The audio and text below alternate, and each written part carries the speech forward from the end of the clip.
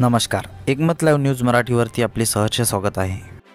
यवतमाळ वाशिम लोकसभा मतदारसंघाचे बहुजन समाज पार्टीचे अधिकृत उमेदवार हरिभाऊ राठोड एकमत न्यूज चॅनलची मुलाखत देताना। नमस्कार, मी हरिभाऊ राठोड, माजी खासदार आणि यवतमाळ वाशिम लोकसभेमध्ये बहुजन समाज पार्टीकडून मला उमेदवारी मिळालेली आहे। आज यवतमाळ वाशिममध्ये जेव्हा फिरताना मला असं आढळून आलेलं आहे की बहुजन समाज जाम खुश आहे। म्हणजे त्यांना असं वाटलं की आम्हाला हवा असलेला उमेदवार मिळालेला आहे। तशी माझी उमेदवारी ती झाली, ती समाजामधून हे बघा सांगणं वेगळं आहे, पण प्रत्यक्षात अशी परिस्थिती निर्माण झाली की शेवटी इथे चालू होतं की बंजारा समाजाला बीजेपी आणि किंवा शिवसेना एकनाथ शिंदे हे उमेदवारी देतील। खूप चर्चाही झाली त्याची, अनेक नावं पुढे आले, परंतु कुठल्याही नावाचा विचार न करता शेवटी बाहेरून आयात करून त्यांना उमेदवार आणावा लागला। आणि त्यामुळे असा उमेदवार आणला की ज्या उमेदवारावर मोठा डाग आहे, ज्याचे म्हणजे यजमान होते, खासदार होते, त्यांनी मागासवर्गीयाच्या एका डॉक्टरांना संडास साफ करायला लावले। त्याचा मोठा रोष आहे, त्याच्यामुळे तो विषय आहेच। परंतु या शेतकऱ्यांचे प्रश्न, शेतमजुरांचे प्रश्न, सगळ्यात जास्त आत्महत्या करणारा हा जिल्हा आहे। आणि त्या ठिकाणी सरकारने जे काही आश्वासन दिलं होतं ते सगळे पोल ठरले। कापसाला भाव नाही आहे, तुमच्या सोयाबीनला भाव नाही, अजूनही कापूस घरी पडलाय शेतकऱ्यांचा। त्यामुळे अशी परिस्थिती आहे की या सगळ्या पक्षांना लोकांनी नाकारलं म्हटलं तरी चालेल। म्हणून अशा वेळेस शिवसेना, बीजेपी, काँग्रेस, राष्ट्रवादी सगळे एकाच माळेचे मणी असं परिस्थिती निर्माण झाल्यामुळे त्यांना एक अल्टरनेटिव्ह मिळालेला आहे। आता अशी परिस्थिती आम्ही कोणाला मतदान करायचं असं जेव्हा परिस्थिती निर्माण झाली, तुम्हाला खूप फोन आलेत म्हणजे शेवटल्या क्षणाला, साहेब तुम्ही कुठल्याही परिस्थितीत कुठल्याही पक्षाचा आणा तिकीट आणा, उमेदवारी फार नाहीच मिळत असेल तर अपक्ष राहा, अशा पद्धतीनं मला खूप आग्रह झाला। आणि या लोक आग्रहास्तव मी आता या ठिकाणी उभा आहे। आपण देशाची परिस्थिती जर बघितली की 405 पार वगैरे जे काही सांगणं आहे भारतीय जनता पार्टीची, तशी अगदी परिस्थिती नाही आहे। इथे भारतीय जनता पार्टीची 1 किंवा 2 सीटा येतील, त्याच्यावर सीटा येणार नाहीत। त्यामुळे इथली परिस्थिती ही आपण अवलोकन करताय। परंतु आज काय परिस्थिती आहे, पंजाब, दिल्ली, हरियाणामध्ये तर अनेक लोकांनी बहिष्कार टाकला आहे भारतीय जनता पार्टीवर। आज तिथला शेतकरी अजूनही हा रस्त्यावर उतरलेला आहे, त्यांचे मोर्चे आंदोलन चालूच आहे। आपल्या महाराष्ट्रामध्ये सुद्धा या पक्षाला कोणी थारा देणार नाही अशी परिस्थिती आहे। अशा परिस्थितीमध्ये बहन मायावतींनी स्वतः त्यांना जेव्हा माझं नाव कळलं, माझं नाव ते ऐकून होत्या, त्यांनी आमचे अध्यक्ष ॲडव्होकेट ताजरे साहेब यांना कळवलं, आमचे जिल्ह्याचे सगळे पदाधिकारी यांना निरोप आले की तुम्ही कुठल्याही परिस्थितीत हरिभाऊ राठोडांना रिक्वेस्ट करा आणि त्यांना आपली उमेदवारी द्या सन्मानपूर्वक। आणि त्यामुळे मी उभा ठाकलो आहे। दरम्यान जेव्हा मी आता फिरतो आहे सगळ्या म्हणजे बहुजनामध्ये, तर एवढे खुश आहे लोक की आता आम्हाला प्रश्न पडला होता की आम्हाला मतदान कोणाला करायचं, आता असा प्रश्न पडला होता। तर तुम्ही त्या प्रश्नाचं उत्तर आम्हाला दिलेलं आहे। एक चांगला अल्टरनेटिव्ह, एक अनुभवी व्यक्ती, एक माजी खासदार, 20 वर्षापूर्वी मी इथे खासदार होतो, त्यानंतर आमदार होतो, त्यानंतर मी सगळे प्रश्न जे आहे मग आरक्षणाचे असो, शेतकऱ्यांचे असो, शेतमजुरांचे असो, मी सोडवलेलं आहे। आपण जर बघितलं की आपल्या यवतमाळ जिल्ह्यात काय परिस्थिती आहे, आज यवतमाळचा प्रत्येक पेशंट तुम्ही यवतमाळला म्हणजे पुसद असो, उमरखेड असो, तुमच्या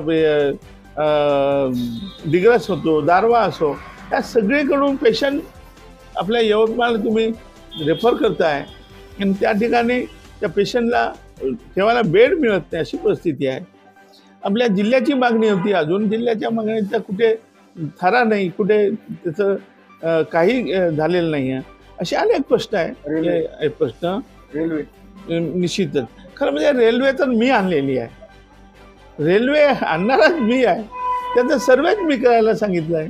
आणि माझ्या वेळेस ते रेल्वे मंजूर झाली त्यानंतर क्रेडिट घेणारे खूप पुढे आले, परंतु रेल्वे असो आपल्या पोरादेवीला ते स्टेशन दिलेले सँक्शन, मी आणि रामराव महाराज जाऊन तिथे दिल्लीला ते सँक्शन करून आणलं. त्यानंतर दुसऱ्याने त्याचं क्लेम करणं चालू केलं. पण असू दे, आम्ही तसं क्रेडिट घेणारा किंवा याचं माझं रेकॉर्डवर आहे. हे सगळं लोकसभेमध्ये जे माझे भाषणं झाले त्या भाषणामधून मी जे रेल्वे मंजूर केली होती ती गोष्ट काही ते लपणार नाही. अशा अनेक प्रश्नाच्या याच्यामध्ये जेव्हा मी बघतोय की लोकांना एक चांगला अल्टरनेटिव्ह म्हणून मी पुढे आलेलो आहे. आणि आताची जी निवडणूक बघतो, मी जेव्हा निवडणूक फॉर्म भरला त्यावेळेस परिस्थिती वेगळी होती. त्यावेळेस सरळ लढत होती दोघांमध्ये. आता आम्ही ट्रायंगलमध्ये आलेलो आहोत. आता याला तिहेरी लढत म्हटलं तरी चालेल. जरी लोकांना वाटत असेल दुहेरी नाही, ही तिहेरी लढत आहे. आणि तिहेरी लढतमध्ये माझा असा अनुभव आहे की मागच्या जेवढ्या काही निवडणुका झाल्या, अगदी म्हणजे सुधाकर नाईकापासून मनोहर नाईक खासदार म्हणून पडले, मकराम पवार, मी स्वतः, त्यानंतर आमचे मोगे साहेब, नंतर माणिकराव ठाकरे, हे सगळे निवडणुका हरले. आणि भावना गवळी हा विजयी होतो. त्याचं कारण एकच होतं की ती लढत सरळ असायची. प्रत्येक वेळेस लढत सरळ झाली आहे. आणि तिहेरी लढतमध्ये आपण ते समजू शकता की तिहेरी लढतमध्ये निश्चितच मी याच्या पुढे निघून जाईल. त्यामुळे मला तर असं वाटते की 50% मतं केवळ मला मिळतील आणि 50%मध्ये दोघंही असतील, अशी परिस्थिती आहे. ते आता लवकरच कळेल आपल्याला. कारण हा जो बहुजन समाजाचा जो पॅटर्न आहे, जवळपास 85-90% हा सगळा बहुजन समाज आहे ज्याला आपण म्हणतो. अशा अनेक प्रश्नाच्या याच्यामध्ये जेव्हा मी बघतोय की लोकांना एक चांगला अल्टरनेटिव्ह म्हणून मी पुढे आलेलो आहे. आणि आताची जी निवडणूक बघतो, मी जेव्हा निवडणूक फॉर्म भरला त्यावेळेस परिस्थिती वेगळी होती. त्यावेळेस सरळ लढत होती दोघांमध्ये. आता आम्ही ट्रायंगलमध्ये आलेलो आहोत. आता याला तिहेरी लढत म्हटलं तरी चालेल. जरी लोकांना वाटत असेल दुहेरी नाही, ही तिहेरी लढत आहे.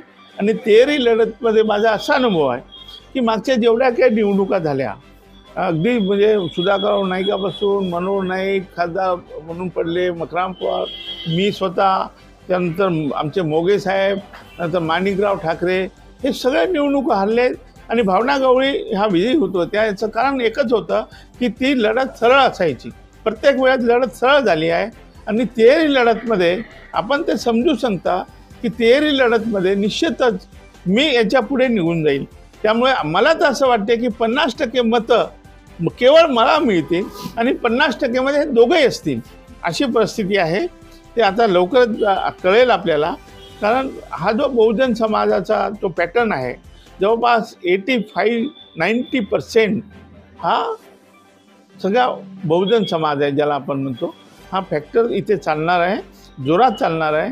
कारण आता सगळेच आरक्षणाच्या बाबतीत आणि OBCच्या आरक्षणाच्या बाबतीत सगळा समाज जागृत झालेला आहे. अशा परिस्थितीमध्ये निश्चितच मी एक अभ्यासक म्हणून सांगतो आपल्याला की निश्चितच माझा विजय हा निश्चित आहे. त्याला कोणी रोखू शकत नाही.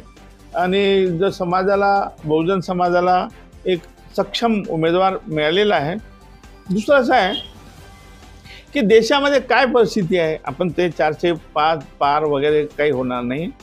ते सगळं 150च्या जवळपास ते थांबतील.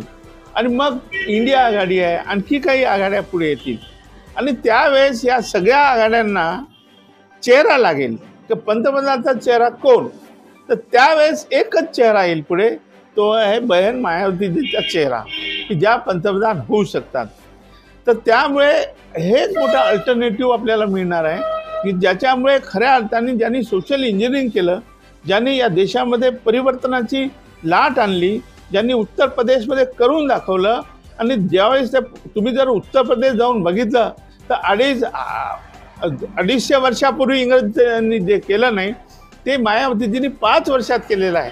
त्या लखनौचा आणि त्या उत्तर प्रदेशचा चेहरा मोहरा बदलून टाकलेला आहे. त्यामुळे असं आमच्यासारख्यांना बहुजनांना वाटतं की मायावतीजी पंतप्रधान झाल्या पाहिजे, जेणेकरून शेतकऱ्यांना, शेतमजुरांना, वंचितांना, गोरगरिबांना, सगळ्या मागासवर्गीय घटकांना त्या न्याय देऊ शकतील. असा मला विश्वास आहे। मी आपल्या माध्यमातून मी जनतेला विश्वास देऊ इच्छितो की यवतमाळ वाशिममध्ये जर आपण मला संधी दिली तर या संधीचं सोनं करण्याची माझी इच्छा आहे आणि निश्चितपणे ते करून दाखवेल तुम्हाला, एवढं मी आश्वासन देतो। आणि या ठिकाणी थांबतो। आपल्याला काही प्रश्न विचारायचे असेल तर विचारा। आपली निवडणूक निशाणी का? माझी निवडणूक निशाणी आहे हत्ती। त्यामुळे हत्ती हे निवडणूक निशाणी म्हणजे हे सगळं परमेश्वराचं रूपच आहे, हे सगळं आहे याच्यात। त्याच्यामुळे गणपती आहे, महेश आहे, विष्णू आहे, सगळं आहे।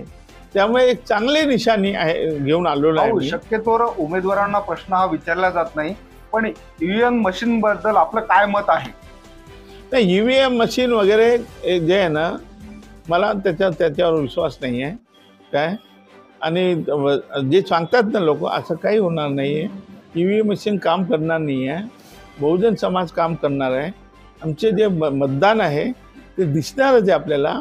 त्यामुळे हा सगळा प्रचार भीतीदायक मुद्दामी करण्यात येतो की तुम्ही काही केलं तर ईव्हीएम मशीन त्यांच्याकडे आहे, असा जो भ्रम पैदा केला जातो, असं काही होणार नाही। यावेळेस काल परवा क्रॉस चेकिंग झालेलं आहे, ईव्हीएम मशीन सगळ्या चेक झालेल्या आहेत। त्याच्यामुळे ईव्हीएम मशीनचं काही भीती तुम्ही बाळगू नका, तुमच्या मतावर विश्वास ठेवा। बाबासाहेब आंबेडकरांनी तुम्हाला जो मतदानाचा अधिकार दिलेला आहे तो मतदानाचा अधिकार या देशामध्ये आमच्यासारख्यांना न्याय मिळवून देईल। आणि जे संविधानाची मोडतोड करण्याचं कटकारस्थान चालू आहे महाराष्ट्र देशामध्ये, ते याच्या पुढे चालू देणार नाही आम्ही। आणि म्हणूनच संविधानाचं रक्षण करणं हे सुद्धा बहुजनांचं काम आहे।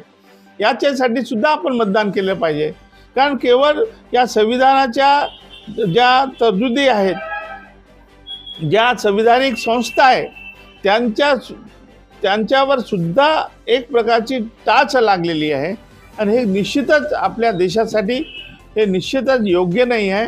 हे सगळं मोडून काढायचं असेल तुम्हाला, तर तुम्हाला या लोकांना दूर ठेवणं हेच एकमेव पर्याय आहे। आणि ते कधी करू शकता तुम्ही? या निवडणुकीच्या माध्यमातून करू शकता। हे मोठं अस्त्र तुम्हाला डॉक्टर बाबासाहेब आंबेडकरांनी दिलेलं आहे। सर्वसामान्यांना जो मतदानाचा अधिकार दिलेला आहे तो मतदानाचा अधिकार सगळ्यांनी बजावला पाहिजे, सगळ्यांनी मतदान केलं पाहिजे। पहिल्यांदा मतदान करा तुम्ही, कोणाला करायचं हा विषय नाही आहे, तुम्ही 100% मतदान झालं पाहिजे। गावात, तांड्यात, पोडात, सगळीकडे दूरवर जो कुठे असेल त्यांनी मतदान करायला बूथवर गेलं पाहिजे, ज्याच्यामुळे तुमचा अधिकार आपण अबाधित ठेवू शकतो, ज्याच्यामुळे आपण पुढच्या पिढीला न्याय देऊ शकतो। आणि हे न्याय देण्यासाठी आणि हे संविधान वाचवण्यासाठी आपल्याला मतदान करायचं आहे। तर माझा शेवटचा प्रश्न आहे, बहीण मायावतीला तुम्ही सभा लावणार आहात का? माझा प्रयत्न आहे, उद्या नागपूरला बहीण मायावतीजीच्या सभेमध्ये आहे मी, तिथे मी विनंती करणार आहे। त्यानंतर आमची जी मंडळी आहे ते पण खरं तर त्यांचं फार शेड्यूल बिझी आहे, ते महाराष्ट्रामध्ये येतील की नाही, महाराष्ट्रामध्ये येतील की म्हणजे उद्या महाराष्ट्रामध्येच आहे नागपूरला, परंतु माझ्यासाठी पण येऊ शकतात त्या, तर त्यांचा आशीर्वादच मला काफी आहे। आणि कारण आमचा म्हणजे बहुजन समाज पार्टी आपल्याला माहीत आहे की बहुजन समाज पार्टीचे कॅडर बेस आहे आणि ते सगळे त्यागी तपश्चरी लोक आहेत, ते RSS सारखंच काम करतात।